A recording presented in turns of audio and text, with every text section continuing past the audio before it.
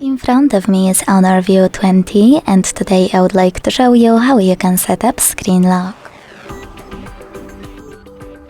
Begin by opening settings and scrolling down to access biometrics and password. Then click on lock screen password and tap on change unlock method.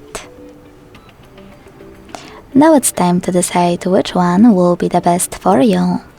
4-digit PIN, custom PIN, pattern or password.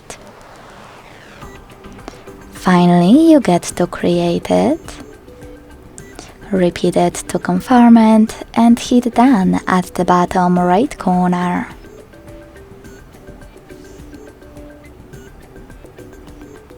If you wish to add your fingerprint right away, you can do that by tapping on Add in the pop-up. If you don't, just click on Cancel.